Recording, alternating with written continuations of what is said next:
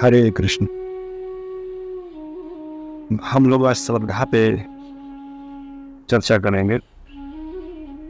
समस्त वेद शास्त्रों एवं धर्म ग्रंथों के अनुसार लक्ष्य प्राप्ति हेतु सर्वप्रथम साधक के लिए श्रद्धा परम आवश्यक।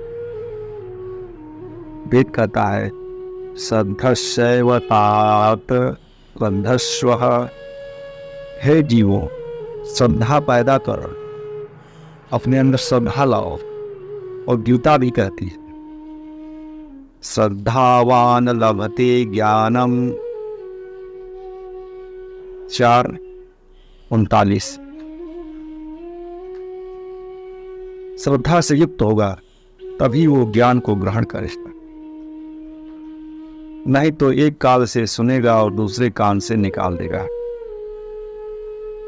गीता में अध्याय 4 में 40वां श्लोक है अज्ञश्चा श्रद्धावानस्य संशयात्मा विनश्यति नायं लोको अस्ति न परो न सुखम संशयात्मनः। अगर पूर्ण श्रद्धा नहीं है, संशय, तो उसका सर्वनाश होगा। यानी संत पर ही दुर्भावना कर बैठेगा वो जीव। जैसे कई प्रश्न लोग करते हैं, ये बाबा जी कैसे हैं, वो कैसे हैं, जैसा हम चाहते हैं वैसा वो क्यों नहीं है, ऐसा होना चाहिए। हर आदमी इतना बड़ा मूर्ख है कि वह अपनी राय के अनुसार ही संत को ही खोजता है। संत भी हमारे अनुसार ही नहीं गया।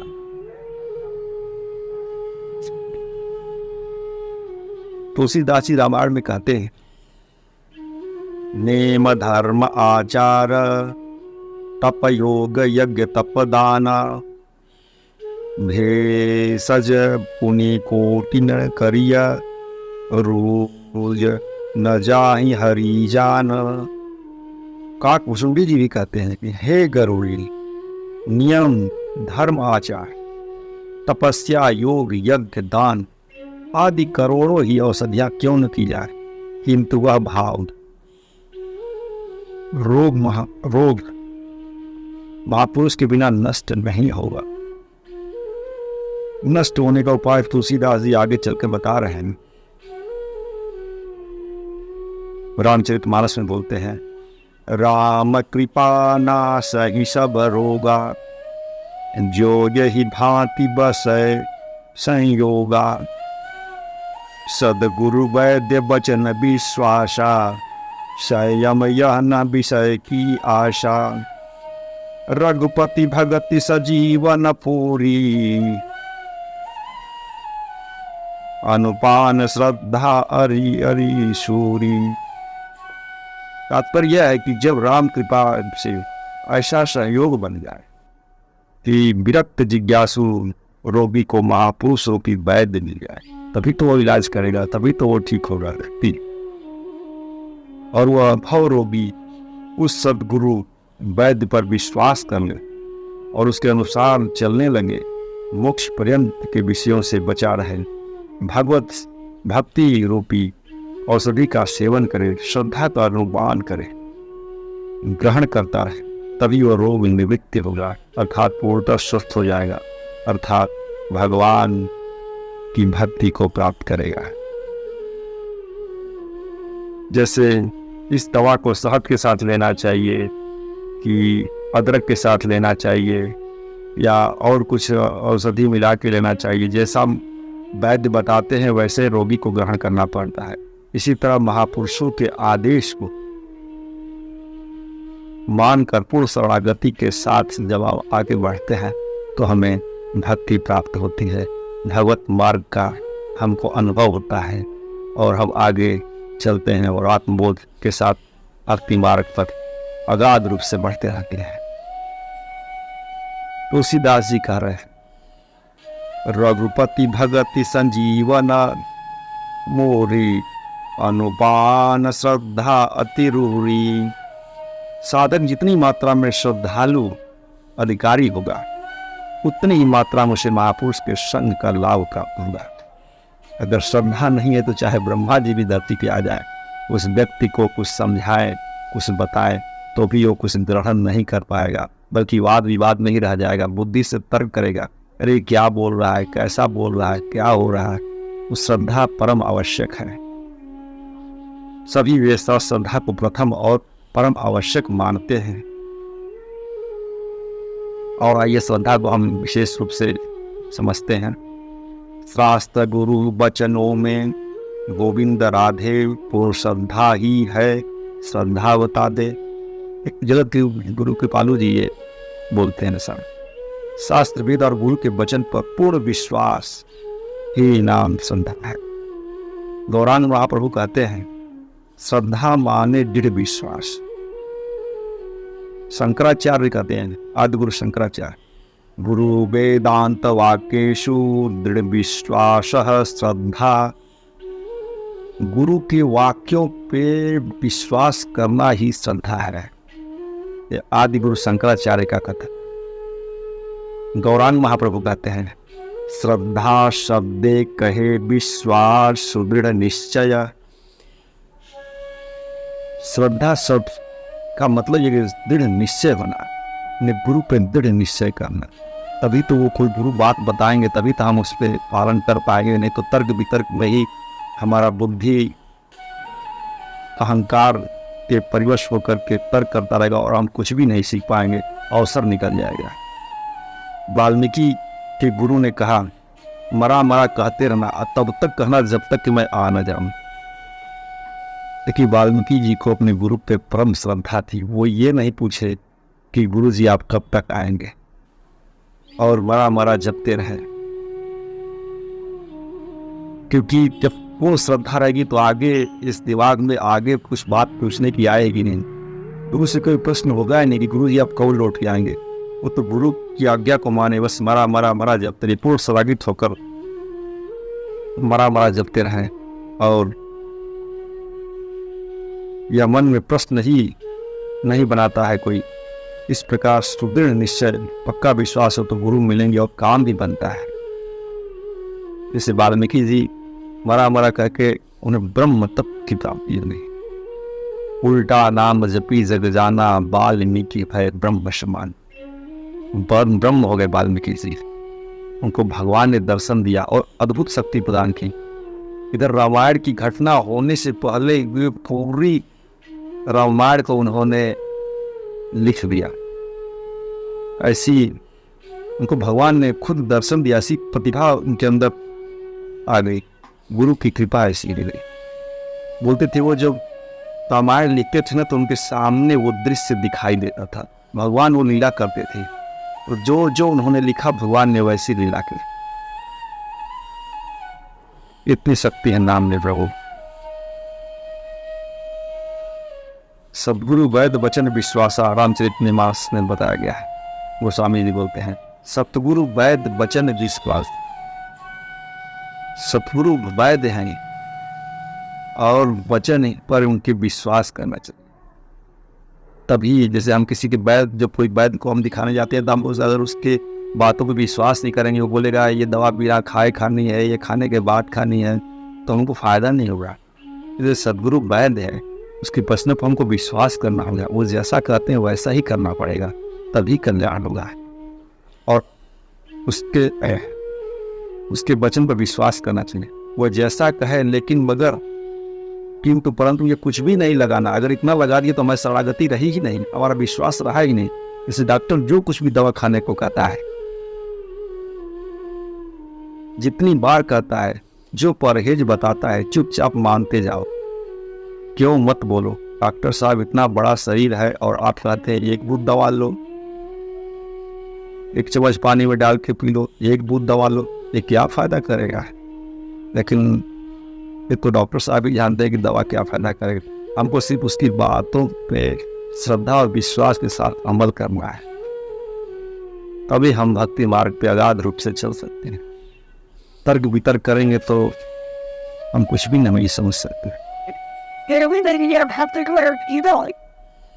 कहते हैं कि पूर्व जन्म के संस्कार के कारण ही, पूर्व जन्म में किसी ने साधना अधिक की है, उसकी श्रद्धा तेज होगी, शरणागति तेज होगी। और वह तेजी से आगे बढ़े। पूर्ण गति में अगर हम अच्छी साधना किए हैं तो भी हमारे गुरु के प्रति श्रद्धा नहीं होगी इस जन्म में। और अगर पूर्व जन्म के संस्कार कमजोर हैं तो इस जन्म की साधना के अनुसार ही चलेगा। अतः हमारे अंतःकरण की निर्मलता का ही प्रणाम। वैवस्वत ब्रह्म पुराण में कहा गया, यावत पापस्तु मलिनम हृदयम तावदेव ही न शास्त्रे सत्यता बुद्धि सदबुद्धि सदगुरो तथा। ब्रह्मवैवर्त पुराण। किसी भी जीव के कोई महापुरुष सामने खड़ा हो जाए और उसकी ओर देख ले, अब जीव को खुशी में पागल हो जाना चाहिए। तुम देखने लायक हो, तुम्हारे सामने तो घोर संसारी लोग हैं, फिर भी सद्गुरु ने हमको देखा, उसे तो खुश हो जाना चाहिए। लक्ष्य बोलते हैं कि उसके प्रारंभ के अनुसार अगर बुद्धि हृदय मलिन है तो फिर उसे कुछ भी पता नहीं चलेगा, चाहे उसके सामने कोई नहीं, चाहे स्वयं भगवान भी आ जाएंगे तो उसको विश्वास नहीं हुआ, वो भगवान को अनुभव नहीं कर पाएगा। ब्रह्म पुराण में ऐसा बताएगा।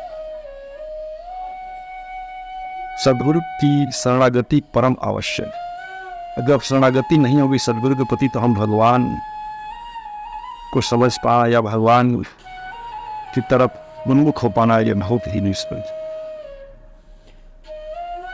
जैसे कि कबीरदास जी बोलते हैं कि गुरु गोविंद दोहु खड़े काखे लागो पाए, बलिहारी गुरु आपने गोविंद दियो बताए। तो कहते हैं कि गुरु और गोविंद दोनों खड़े तो पहले हमको किसके चरण स्पर्श करना चाहिए, किसका चरण स्पर्श नहीं है। आपको कौन भक्त किसका चरण स्पर्श किया, पहले गुरु पर करे कि पहले भगवान का करना। तो गोविंद दियो बता, बलिहारी गुरु आपने गोविंद दियो बता, तो भगवान ने खुद ही बता दिया कि तुम पहले गुरु के चरण स्पर्श दो, क्योंकि गुरु ने भी मेरे बारे में ज्ञान दिया तो मुझे तुम प्राप्त किए हो। तो पहले गुरु श्रेष्ठ है, गुरु को प्रणाम करके मुझे प्रणाम करोगे तभी मैं तुम्हारे प्राण को स्वीकार करूंगा। प्रणाम को मैं तुम्हारा स्वीकार भी नहीं करूंगा, पहले तुम मुझे प्रणाम करोगे, गुरु की निंदा करोगे तो मैं तुम्हारे प्रणाम को स्वीकार नहीं करूंगा। गुरुगम कार्यम भ्रांति भंजनम, गुरु ही तो भ्रमों को दूर करके यथार्थ से परिचय करा, जो तत्व ज्ञान का बोध करा वही तो गुरु है। गुरु की तो बहुत महत्ता बताई गई है महाराज। गुरु ब्रह्मा गुरु विष्णु गुरुदेव महेश्वर गुरु साक्षात परम ब्रह्म तस्मै श्री गुरुवे नमः। फिर आगे बोला गया गुरु ब्रह्मा गुरु विष्णु गुरुदेव महेश्वर गुरु साक्षात परम ब्रह्म है, इतनी उपाधि दी गई महाराज। फिर आगे बोला गया अखंड मंडलाकारम, इस अखंड मंडलाकार संपूर्ण जगत में सृष्टि में जो कुछ भी अखंड मंडलाकारम व्याप्तम येन चराचरम, जो कुछ भी व्याप्त है तत्पदम दर्शितम येन तस्मै श्री गुरुवे नमः, जो कुछ भी दिखाई दे रहा है सब गुरु है, सब गुरु के माध्यम से हमने सीखा। हमें आप कुछ नहीं जानते थे, हम लोग अबोध बालक के रूप में आ रहे थे, जो कुछ भी सीखा हमने गुरु से ही सीखा। तो गुरु श्रेष्ठ है, हमेशा गुरु के प्रति श्रद्धा रखना चाहिए। श्रद्धा अरुषद गुरु गोविंद राधे, शरणाई मिली हरि तक पहुँचा दे। कृपालु जी महाराज करते हैं, उनकी ये वंदना है कृपालु जी के, जो भगवान के लिए कहते हैं।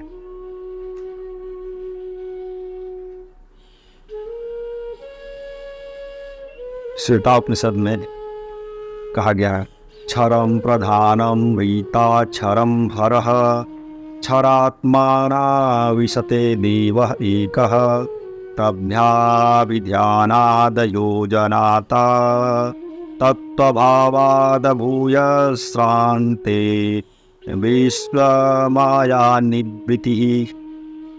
यह वेद का मंत्र है। वेद मंत्र में कहा जा रहा है कि तीन तत्व हैं, एक क्षर और एक अक्षर। क्षरम प्रधाना वित क्षरम हरा, एक क्षर और एक अक्षर, और ये इन दोनों का शासक। ये तीन तत्व, क्षर तत्व कौन है? माया, अक्षर कौन है? जीव।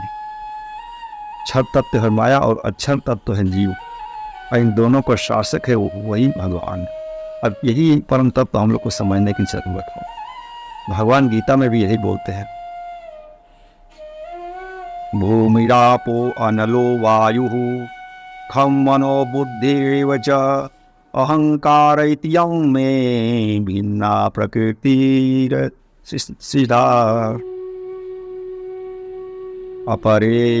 अपरेयमितस्त्वां परिकृतिं विद्धि मे परां जीवभूतां महाबाहो ययेदं धार्यते जगत। अध्याय 7 4-5 श्लोक नंबर है। भगवान की दो प्रकृतियां हैं, एक माया एक जीव, और भगवान इन दोनों का शासक है, नियामक है, प्रेरक है। ये जीव जो है, अगर ये भगवान का ध्यान करता है, उससे मन लगाए, अंतःकरण में धारण कर ले, तो माया की निवृत्ति हो जाए। इसी बात को तैत्तिरीय उपनिषद में भी यही बात कही गई है। रसो वैशः रसरोवायं लब्धा आनंदी भवति। भगवान ही आनंद है और आनंद ही भगवान है। आनंद और भगवान एक दूसरे के पर्यायवाची शब्द हैं। अतः भगवान को प्राप्त करके ही जीवात्मा आनंदमय हो सकता है, आनंद को प्राप्त कर सकता है। आनंदो तैत्तिरीयोपनिषद 3 और 6 में फिर बताया गया है, आनंदो ब्रह्मेति व्यजानात् आनंदवदेव खल्लिवा